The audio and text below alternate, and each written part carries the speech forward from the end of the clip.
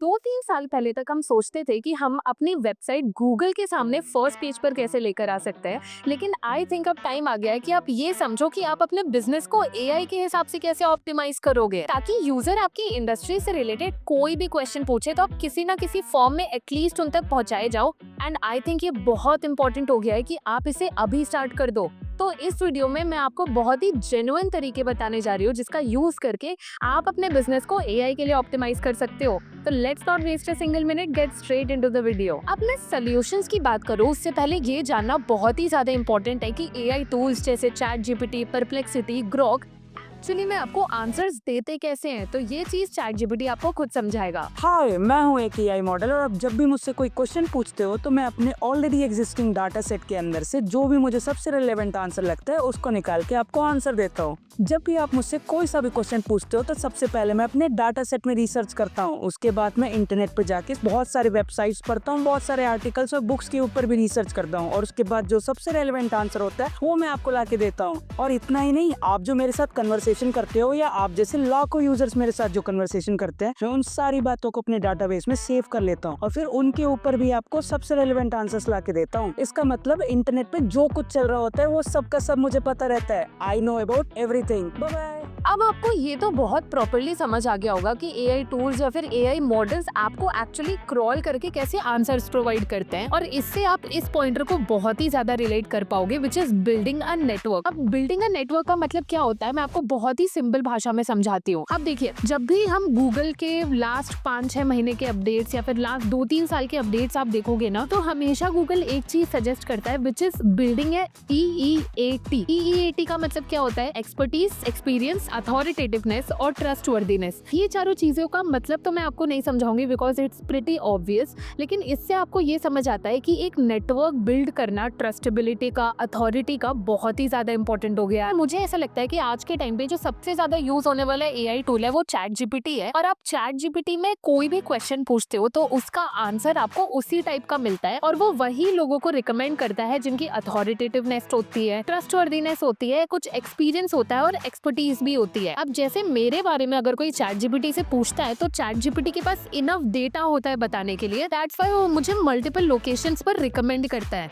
और इसलिए अगर आप भी चाहते हो कि आपका बिजनेस, आपकी वेबसाइट या फिर आपका ब्रांड एआई टूल्स के सामने अच्छे से ऑप्टिमाइज हो, तो आपको एक नेटवर्क बिल्ड करने की जरूरत है। अब ये नेटवर्क आप बिल्ड कैसे करोगे? बहुत ही सिंपल सा मेथड है, like being everywhere on the internet. आपकी वेबसाइट हो, आप वेबसाइट पे एसईओ कर रहे हो, आप इंस्टाग्राम पे हो, आप यूट्यूब पर हो, आप अपनी लिंक्डइन पे प्रेजेंस बिल्ड कर रहे हो, क्योंकि जितना ज्यादा ऑल ओवर डेटा आप अपने एआई मॉडल्स को दोगे या फिर वो जितना ज्यादा डेटा आपका क्रॉल करेगा वो उतने टाइम्स आपको रिकमेंड करेगा। जैसे आज के टाइम पर आप चैट जीपीटी या फिर परप्लेक्सिटी पे जाकर कोई भी चीज सर्च कर लो और कुछ भी क्वेश्चन पूछ लो, वो उसी चीज का आंसर देगा बड़े ब्रांड से रिलेट करके। अगर मैं पूछूंगी कि कोई ऐसा ब्रांड बताओ जहाँ पर मुझे जेंजी कपड़े मिल सके, तो वो द सोल स्टोर का नाम लेगा। और बहुत ऑब्वियस सी बात है, क्योंकि ये ब्रांड्स बड़े हैं, इनकी प्रेजेंस है हर जगह, ये इंस्टाग्राम पे है, यूट्यूब पर है, लिंक्डइन पर है, लोग इनके बारे में बातें करते हैं, and that's why chat GPT भी उन्हीं ब्रांड्स के बारे में बात करता है। तो आपको ये पूरी साइकोलॉजी समझने की जरूरत है। अगर आप चाहते हो कि चैट जीपीटी जैसे टूल्स आपको रिकमेंड करें, तो आपको उस हिसाब से एक प्रेजेंस बिल्ड करनी पड़ेगी। तो इट्स नॉट अबाउट कि आप एआई टूल्स जैसे चैट जीपीटी या फिर परप्लेक्सिटी पे जाकर अपने बिजनेस को रजिस्टर करके कुछ कर पाओगे। इट्स ऑल अबाउट कि आप कितना बड़ा नेटवर्क बिल्ड कर सकते हो ऑनलाइन, ताकि चैट जीपीटी आपको ऑटोमेटिकली क्रॉल करे। और इसी से ना मैं दूसरे पॉइंटर को कनेक्ट करती हूँ, बिकॉज आई एम 100% श्योर काफी लोग इससे रिलेट करने वाले हैं। अभी रिसेंटली में क्या हुआ, मैंने चैट जीपीटी से पूछा कि आप मुझे बेस्ट मेटा एड्स कोर्स बताओ जो इंडिया में अवेलेबल है, और उसने मुझे रिकमेंड नहीं किया, उसने बहुत सारी वेबसाइट्स को रिकमेंड किया। मैंने उससे पूछा कि why did not you recommend Damini Tripathi, तो चैट जीपीटी ने मुझे बताया कि दामिनी त्रिपाठी का भी कोर्स बहुत ज्यादा अच्छा है, और मैंने उन वेबसाइट्स को इसलिए रिकमेंड किया क्योंकि लोग उसके बारे में बात कर रहे हैं। उसने बेसिकली मेरी जगह कोर्सेरा, यूडेमी जैसी वेबसाइट्स को रिकमेंड किया, और इसके पीछे का रीजन ना बहुत ज्यादा सिंपल सा है। मेरे पास अच्छा कंटेंट है, मैं इंस्टाग्राम पे हूँ, यूट्यूब पर हूँ, मेरी वेबसाइट भी है, और मैं बहुत अच्छा कंटेंट भी लिखवा के मार्केटिंग पर डालती रहती हूँ। But the only difference is कि ये जो वेबसाइट्स है ये काफी ट्रस्टेबल और अथॉरिटेटिव है, और ये मुझसे ना बहुत ही पहले आई हुई है, तो चैट जीपीटी इनको कंपैरेटिवली ज्यादा ट्रस्टेबल मानता है, और एक ब्रॉडर ऑडियंस के पर्सपेक्टिव से वो इनके आंसर सजेस्ट करता है। और इसी से मैं अपने सेकंड पॉइंट को रिलेट करूंगी, which is building an omni present strategy. And trust me, अगर आपके बिजनेस या फिर ब्रांड में, आपकी वेबसाइट में कोई ओमनी प्रेजेंट स्ट्रैटेजी नहीं है, तब तक आप चैट जीपीटी, परप्लेक्सिटी जैसे टूल्स के लिए अपने आप को ऑप्टिमाइज नहीं कर सकते हो। And what is actually an omni present strategy? Omni present strategy का मतलब होता है कि आप हर जगह अवेलेबल हो, लेकिन हर जगह अवेलेबल होने के साथ साथ आपको पीआर, बैकलिंक बिल्डिंग, इन चीजों पर भी फोकस करना पड़ेगा। अब मान लीजिए अगर मैं थोड़ा एसईओ पर्सपेक्टिव से बात करती हूँ, तो हमें हमारी वेबसाइट की जब अथॉरिटी बढ़ानी होती थी तो हम मल्टीपल वेबसाइट से बैकलिंक्स लेते थे ताकि गूगल को लगे कि हम एक trustable source of information provide करते हैं। Same to same chat GPT भी करता है, सेम टू सेम परप्लेक्सिटी भी करता है, क्योंकि eight the end of the day ये सारे के सारे एआई मॉडल्स एक क्रॉलिंग प्लेटफॉर्म ही तो है। वो हमसे बात करते हैं, वो मल्टीपल वेबसाइट से डेटा लेते हैं और हमें बहुत स्ट्रक्चर्ड फॉर्म में प्रोवाइड करते हैं। तो हमारा गोल ये भी होना चाहिए कि हम मल्टीपल लोकेशंस पर अपना पीआर करवाएं, हम विजिबल होएं। फॉर एग्जांपल अगर मेरा एक ई-कॉमर्स ब्रांड है तो मैं क्या करूंगी, वहां पर रिव्यूज पर बहुत ज्यादा फोकस करूंगी। फोटो रिव्यूज हो गए, वीडियो रिव्यूज हो गए, और इंस्टाग्राम पे अपने कस्टमर से रिव्यूज लेने की कोशिश करूंगी। साथ ही साथ मैं ये भी ट्राई करूंगी कि मेरे जितने कस्टमर्स हैं वो ऑनलाइन मेरे ब्रांड या फिर बिजनेस के बारे में बात करें, क्योंकि आप तो अपने ब्रांड और बिजनेस के बारे में बात करते ही रहते हो, डेफिनेटली करोगे और करते रहोगे, लेकिन जब तक दूसरे लोग आपके बारे में बात नहीं करते हैं तब तक चैट जीपीटी आपको ट्रस्टेबल और अथॉरिटेटिव नहीं समझता है, एंड दैट्स व्हाई वो आपके बारे में बात नहीं करता है। अगर आप इसे बहुत इन डेप्थ समझने की कोशिश करोगे ना, तो गूगल बहुत समय से बोलता आ रहा है EEAT is the most important part when it comes to ranking your website online, और ये सेम मेथड अप्लाई होता है एआई टूल्स में भी। अगर आपकी किसी भी बिजनेस या फिर किसी भी ब्रांड के पास एक्सपीरियंस है, एक्सपर्टीज है, अथॉरिटेटिवनेस है, ट्रस्टवर्दीनेस है, तो उनको चैट जीपीटी डेफिनेटली रिकमेंड करेगा। और हमारा at the end of the day goal यही होना चाहिए कि लोग हमें ट्रस्ट करें। लोग ट्रस्ट करेंगे तो ये एआई मॉडल्स ऑटोमेटिकली हमें प्रेफर करेंगे या फिर ऑटोमेटिकली हमारे बारे में बात करेंगे। मैं आपको एक छोटा सा सीक्रेट सॉस और बताती हूँ। जैसे आज के टाइम पे पीआर करना बहुत बड़ी बात नहीं है। कोई भी ब्रांड है या बिजनेस है, अगर उसके पास पैसा है तो मल्टीपल वेबसाइट्स में या फिर मल्टीपल लोकेशंस में अपने बारे में बात करवा सकता है। लेकिन आपको अगर इससे और हायर लेवल पर खेलना है ना, तो आप मेक श्योर करो कि आप अपने आप को फोरम्स में मेंशन करवा रहे हो, जैसे रेडिट हो गया, कोरा हो गया, क्योंकि यहाँ पर गूगल ही ले लो या फिर एआई टूल्स ही ले लो, कंपैरेटिवली ज्यादा ट्रस्ट करते हैं, क्योंकि यहाँ यूजर जनरेटेड कंटेंट होता है। तो जितना ज्यादा आप यूजर जनरेटेड कंटेंट बनवाने पे फोकस करोगे, आपको उतनी ज्यादा विजिबिलिटी तो मिलेगी और उतनी ज्यादा क्रॉलेबिलिटी आपके बिजनेस की इंक्रीज हो जाएगी। क्योंकि देखो, ये बहुत ही ब्रूटली ऑनेस्ट शब्द में बता रही हूँ, एआई टूल्स, एआई मॉडल्स हमसे ज्यादा स्मार्टर हैं, वो हमसे ज्यादा बेटर आंसर्स कर पाते हैं, एंड दे ऑल्सो नो कि अगर हम मल्टीपल वेबसाइट्स पे हैं तो वो मे भी पीआर होगा। लेकिन अगर आप फोरम्स में अपने आप को मेंशन करवाते हो तो उन एआई मॉडल्स को लगता है कि एक्चुअली में जेन्युइनली में किसी ने इस बिजनेस के बारे में बात करी है, और फिर वो उसे रिकमेंड करने का ट्राई करता है। Because when I asked chat GPT कि आपने मुझे क्यों नहीं रिकमेंड किया था, उसने मुझे बहुत ब्लैंडली बताया था कि मैं उन्हीं लोगों को रिकमेंड करता हूँ जिसके बारे में लोग ऑनलाइन बात करते हैं। अब आप लोगों के दिमाग में क्वेश्चन आ रहा होगा, कई लोग नीचे कमेंट भी करेंगे कि मैम आप खुद तो रिकमेंड हो नहीं रही हो, आप हमें क्यों सजेशन दे रही हो।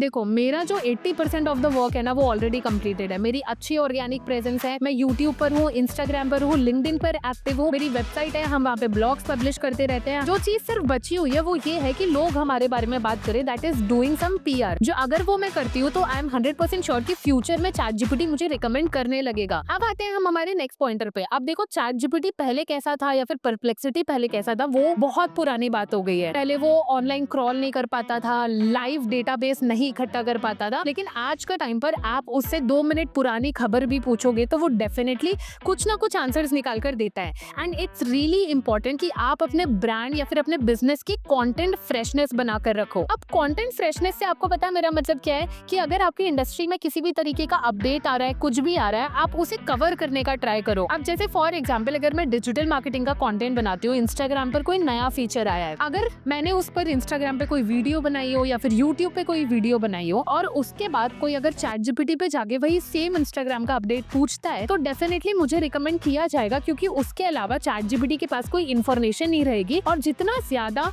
मैं अपना कंटेंट फ्रेशनेस डिलीवर करती रहूंगी, मैं जितने ज्यादा अपडेट्स कवर करती रहूंगी, चैट जीपीटी उतनी बार मुझे रिकमेंड करेगा, और जितनी बार रिकमेंड करेगा उतनी ही बार मैं उसके डेटाबेस में आती रहूंगी, और eight the end of the day मेरी जो क्रॉलेबिलिटी का साइज होगा वो ऑटोमेटिकली इंक्रीज हो जाएगा। तो आपको ना हमेशा मेक श्योर करके रखना है कि आपकी इंडस्ट्री में जो भी चीजें हो रही है, आप उसे किसी न किसी तरीके से कवर करने की कोशिश करो। जैसे ई कॉमर्स बिजनेसेस के लिए कंटेंट फ्रेशनेस मेंटेन करना थोड़ा डिफिकल्ट हो जाता है, लेकिन एजेंसी, सर्विस बेस्ड बिजनेस, अगर आपका पर्सनल ब्रांड है, आपकी नॉर्मल वेबसाइट है, तो वहां पर आप बहुत अच्छे से कंटेंट फ्रेशनेस मेंटेन करके रख सकते हो।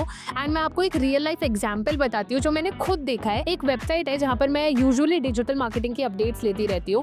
अगर मैं गूगल पर वो टॉपिक सर्च करती हूँ तो मुझे वो वेबसाइट डेफिनेटली कहीं पर भी नहीं दिखती है, लेकिन when I search on chat GPT, अगर मेरे को तुरंत कोई अपडेट चाहिए तो वो वेबसाइट वो हमेशा मेंशन करता है because they maintain content freshness. कोई अपडेट नहीं डालता है लेकिन वो वेबसाइट सबसे पहले वो अपडेट डाल देती है, तो मुझे एज अ सोर्स में सिर्फ उन्हीं की वेबसाइट दिखाई जाती है। तो आप इससे समझ सकते हो कि इट डजंट मैटर कि आप गूगल पर फर्स्ट पेज पर रैंक कर रहे हो कि नहीं, अगर आप कंटेंट फ्रेशनेस भी अच्छी तरीके से मेंटेन करते हो तब भी चैट जीपीटी और परप्लेक्सिटी जैसे टूल्स आपको रिकमेंड करेंगे क्योंकि आप ही उनका डेटा रहोगे। अब आते हैं हमारे नेक्स्ट पॉइंटर पर। एक चीज आपको ध्यान में रखने की जरूरत है कि आज के टाइम पर वन कंटेंट फॉर्मेट से आपका कुछ भी नहीं होने वाला है। कि अगर आप सिर्फ अपनी वेबसाइट पे फोकस कर रहे हो या आप सिर्फ अपने सोशल मीडिया पर फोकस कर रहे हो, सिर्फ यूट्यूब पे कर रहे हो या फिर सिर्फ लिंक्डइन पे कर रहे हो, जैसे कि मैंने आपको बताया एक नेटवर्क बिल्ड करना बहुत ज्यादा इंपॉर्टेंट है, उसी तरीके से एक मल्टी कंटेंट का फॉर्मेट डेवलप करना बहुत ज्यादा इंपॉर्टेंट है जो आज के टाइम पर बहुत ही ज्यादा ईजी हो गया है। अब मैं ना आपको इसे एक सिंपल से एग्जांपल या फिर एक हाइपोथेटिकल सिचुएशन से समझाती हूँ। सपोज करो मेरी वेबसाइट है जहाँ पर मैं ब्लॉग्स लिखती हूँ। अब वो ब्लॉग्स यूजुअली अगर मैं पहले बहुत अच्छा डेडिकेटेड अपनी एक्सपीरियंस के साथ ब्लॉग लिखती थी तो वो गूगल पर रैंक हो जाता था जहाँ से मुझे ट्रैफिक आता था। लेकिन आज के टाइम पर अगर आप कोई ब्लॉग लिखते हो तो आपको सिर्फ टेक्स्ट फॉर्मेट पे नहीं टिकना है।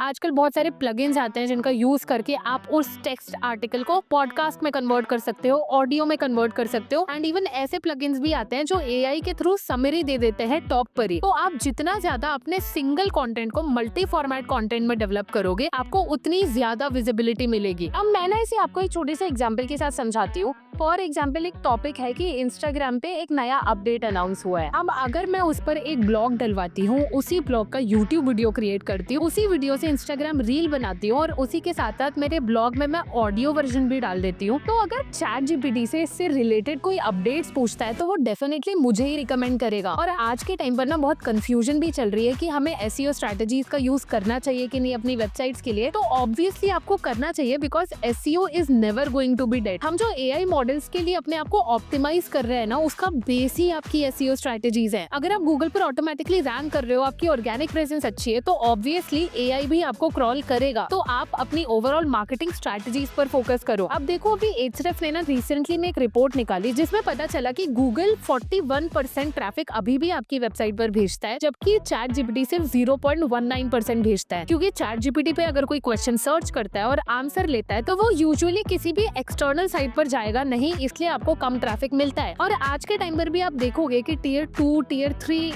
या फिर टियर 4 सिटीज में भी ना लोग अभी भी गूगल के सर्च इंजन का यूज करते हैं। अभी टियर 1, टियर 2 सिटीज में आपको थोड़े बहुत चेंजेस दिखेंगे जहाँ पे लोग chat GPT as an app continuously use कर रहे हैं अपनी रिसर्च या फिर कोई भी अपडेट जानने के लिए, लेकिन अभी भी बिगर चंक सर्च इंजन के पास ही है। तो अगर आप ओवरऑल मार्केटिंग स्ट्रेटेजी पर ध्यान देते हो तो आप एआई के सामने ऑटोमेटिकली ऑप्टिमाइज होते जाओगे। आई होप आपको समझ आ गया होगा कि आप अपने बिजनेस को एआई के लिए कैसे ऑप्टिमाइज कर सकते हो। अगर आपको इससे रिलेटेड कोई भी क्वेश्चंस है या फिर आप चाहते हो कि मैं इसे किसी डिफरेंट एंगल से वीडियो को बनाऊं, तो आप मुझे कमेंट सेक्शन में जरूर बताना, अपनी प्रॉब्लम्स भी लिखना, मैं सबके रिप्लाईज करूंगी। और अगर आपको इस वीडियो से थोड़ी बहुत भी हेल्प हुई है तो वीडियो को लाइक करो, चैनल को सब्सक्राइब करो, क्योंकि डिजिटल मार्केटिंग का इतना तगड़ा कंटेंट मैं हमेशा बनाती रहती हूँ।